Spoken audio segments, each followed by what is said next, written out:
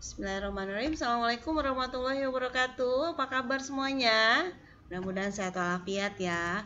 Masih belajar di rumah, tetap jaga kesehatan ya. Baik, perkenalkan nama Ibu Lia Kusmiati. Ibu berasal dari SD Al Irsyad Al Islamiyah. Kali ini kita akan sama-sama belajar materi kelas 4. Tema 8, subtema 1, pembelajaran pertama yaitu tentang lingkungan tempat tinggalku.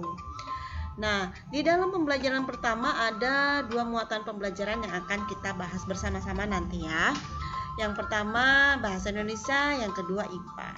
Yang bahasa Indonesia nanti kita akan mencermati tokoh-tokoh yang terdapat pada teks fiksi. Kemudian yang pembelajaran IPA-nya kita nanti akan mengetahui apa itu pengertian gaya dan pengertian dan pengaruh gaya tersebut terhadap lingkungan sekitar kita. Oke. Baik. Selama pembelajaran kita kali ini, apa sih tujuan pembelajarannya atau apa sih yang akan kita capai nanti ya?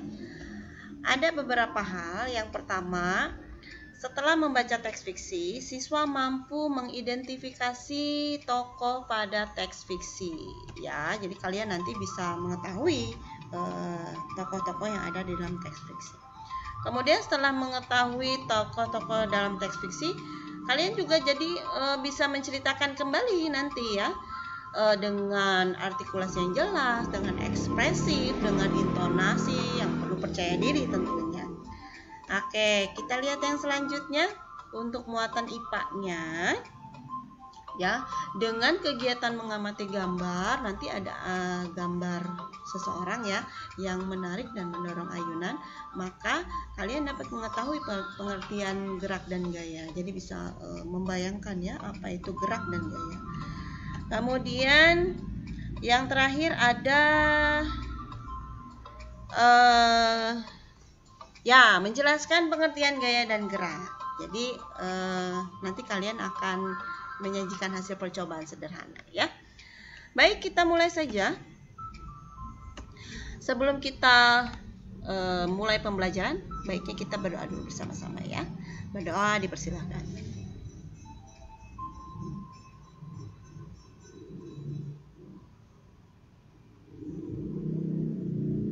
Amin ya rabbal alamin. Berdoa selesai. Ya, kita lanjutkan kembali. Nah, ini dia pembelajaran kita yang pertama, muatan bahasa Indonesia. Nah, seperti kita ketahui tadi ya, bahwa kita akan belajar tentang teks fiksi. Nah, ini dia contohnya. Kalian pasti pernah membaca ya cerita tentang si kancil, bawang merah, bawang putih, kemudian Danau Toba. Nah, itu merupakan cerita teks fiksi, itu contoh-contohnya. Nah, kali ini Bu Lia akan memberikan salah satu contohnya.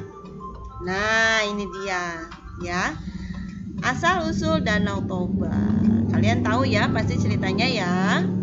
Nah, kenapa sekarang di Medan itu ada Danau Toba? Nah, inilah ceritanya, kira-kira seperti itu ya. Oke, kenapa sih cerita non-fiksi itu seperti itu adanya ya? Kita lihat pengertiannya. Cerita fiksi adalah cerita rekaan atau hasil karangan imajinasi dari pengarang. Semua karya sastra yang bersifat fiktif. Fiktif itu artinya tidak sebenarnya. Ya, makanya di sini akan kita bahas ciri-ciri cerita fiksi. Nah, ini dia ciri-cirinya. Yang pertama, cerita fiksi itu bersifat rekaan atau hasil imajinasinya pengarang ya. Yang kedua, tujuannya untuk menghibur ya, atau menceritakan suatu peristiwa yang terjadi di suatu daerah. Kemudian yang ketiga, memiliki alur atau jalan ceritanya ya, jelas. Yang lain selanjutnya, nah, menggunakan bahasa yang komunikatif, tidak baku. Kalau surat menyurat, kemudian suratnya juga yang formal ya, atau pidato, nah itu menggunakan bahasa yang baku ya. Dan yang terakhir, biasanya teks fiksi itu memiliki amanat atau pesan moral yang ada di balik ceritanya. Nah, sekarang kita belajar untuk mengetahui tokoh-tokoh yang ada di dalam cerita teks fiksi.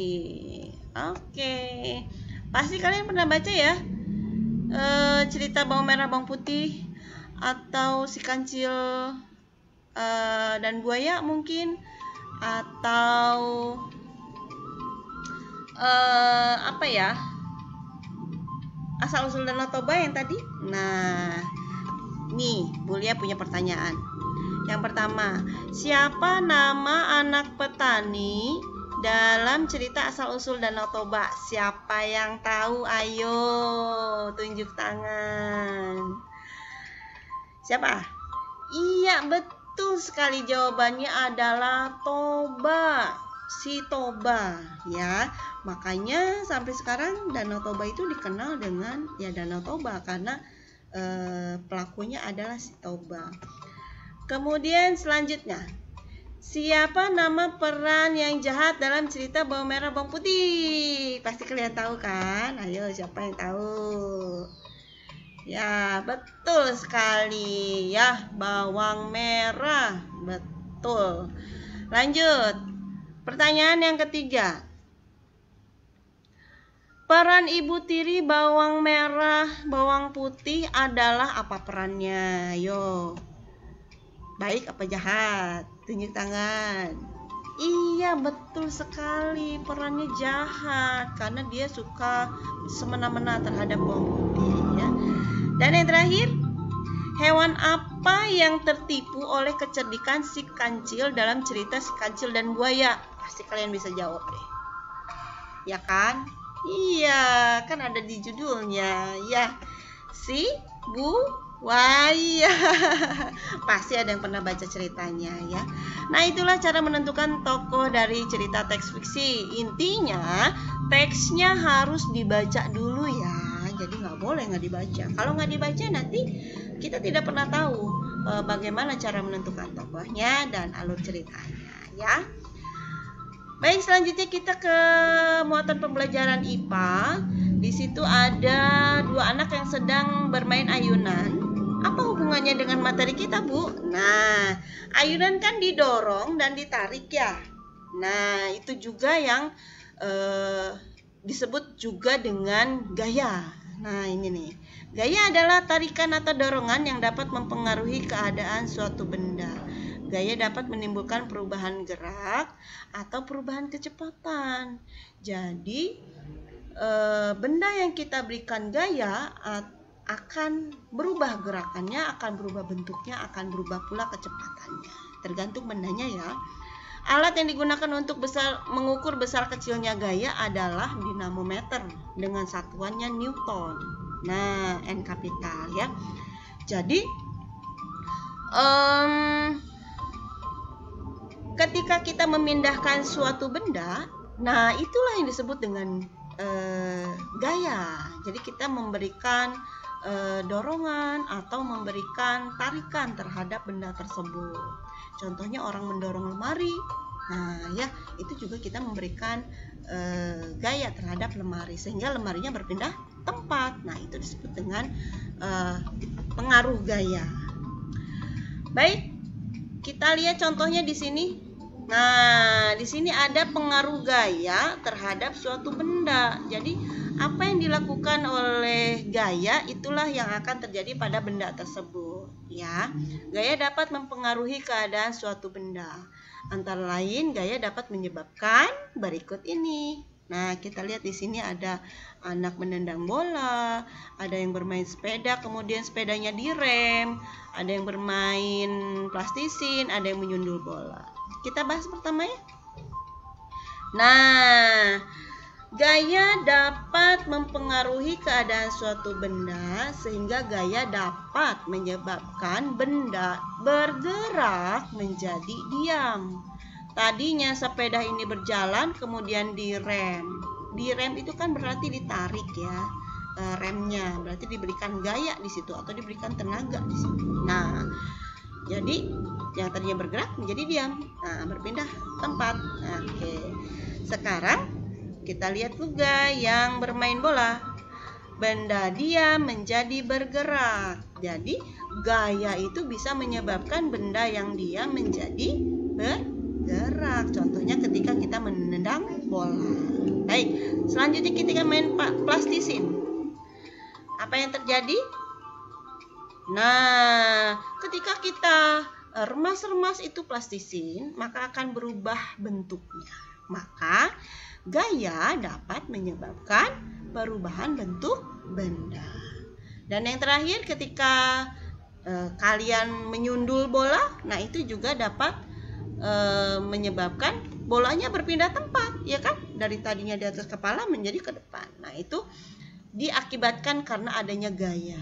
Sehingga gaya dapat menyebabkan perubahan arah gerak benda. Nah, sekarang Bule mau tanya nih, kalau seperti ini apa yang akan terjadi? Ayo, siapa yang tahu? Ya, masuk ke sini, ke sini, ke sini, atau ke sini. Nah, ya, perubahan bentuk benda, betul sekali tadi ada yang jawab, ya. Jadi yang tadinya tanah liat tidak berbentuk karena dibentuk oleh tangan, jadi berbentuk, berubahlah bentuknya. Oke, kita lanjut lagi. Di sini ada macam-macam gaya, ya. Ada gaya magnet, ada gaya gesek, ada gaya listrik, ada juga gaya pegas. Kita lihat contohnya masing-masing ya.